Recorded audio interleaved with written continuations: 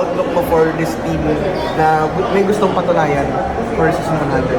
Well, first season ni Coach O, no, of course, andun yung expectation sa lahat, perpetual community, but we all know din na marami din nawalang players sa amin. We're happy na talagang yung bata lumalaban, no, hanggang dulo, tinakapos na kami sa dulo, but overall, I think yung madadala ni Coach O dito, yung experience na, no,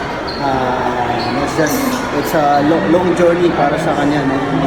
Hindi lang ngayong season, but talagang yun nga, nawalan kami ng players this season, but I think Coach O did maganda yung pinapakita niya sa mga bata na motivate, no, kasi second stringer din ng mga halos lahat dito, so yun lang, kinakapos na kami sa dulo, and proud pa rin ako sa mga bata na talagang patuloy lumalaban. Kanino ka na-impress sa roster na yan? Based dun sa game na to and sa feedback from Coach O? Lagi naman ako na-impress sa lahat ng mga players na talagang lumalaban, no, hanggang dulo.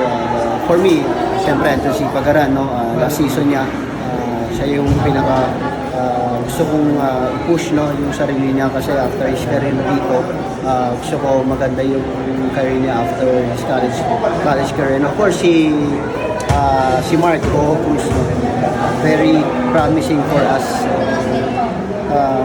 Yun lang. Ayoko naman ilagyan yung bata ng too much pressure sa kanya. Siyempre, of course, andun naman na yung galing niya, no? Yun lang, sana sooner or later yung maturity niya sa game.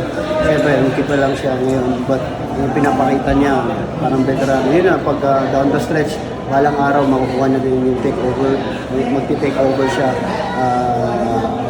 sa game, no? Yun nga, hindi ko masyadong bigyan ng pressure yung bata kasi gusto ko ma-enjoy niya yung moment niya sa NCAA and sa team college basketball career.